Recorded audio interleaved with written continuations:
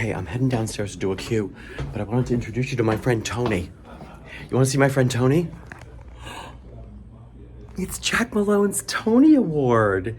It's got to go off to be engraved, so it's sitting with us right now. But look, that's a real Tony Award. Okay, more later. And it's as heavy as you think it is. Anyway, as I was saying, how was that? I was holding the Tony Award. Yeah, I have a feeling that 2 years ago, when Brandon Uranowitz won his Tony for Leopoldstadt and brought it to the theater, I probably did a video. You'd have to go back to the archives. I'm not going. Go ahead if you want to see. I probably held his Tony Award too. The thing is that the Tony, you get it that night, but it's not engraved with your name. So then it has to be returned to them for engraving. So that's why tonight it has to come to the theater so that it can then be, I'm pretty sure our company management will take it out of Jak's hands and bring it to be engraved. So there's that. Now here's a great story for you. 2 years ago at Leopoldstadt, our director won the Tony. Now we had our big ass party going on. And as people arrived from the Tonys with their awards, we're passing them around. We're hooting and hollering. Our director kept putting his Tony down places, handing it to people, putting it down, and people were like, "Stop doing that. That's your Tony." And he was like, "No, it's a dummy one. That's not the real one." Really? I'm trying to make a video. And he kept going, "No, it's a dummy one. They gave you another one." Flash forward. The next morning, our company manager, same one that we have on this show, gets a call from the director saying, "I've lost my Tony Award." She had to track it for 2 days before the venue we had the party at got through to say, "We found it. It was on a shelf above the urinal in the men's room." His actual Tony. It got back to him. The wig supervisor on Operation Mincemeat told me that a friend of his found a Tony Award, once again without a name on it, on the subway. I think they kept it. And I gotta tell you, if I found a Tony Award without a name on it, I'm not so sure I'd give it back. I don't know.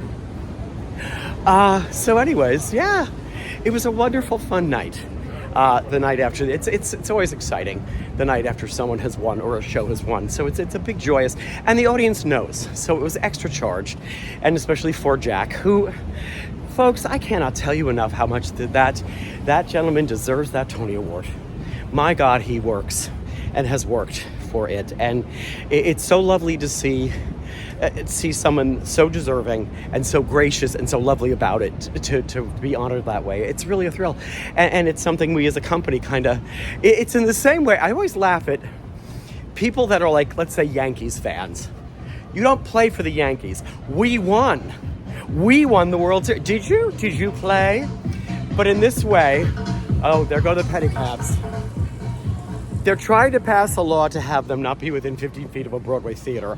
I think that's a great law. More on that some other day.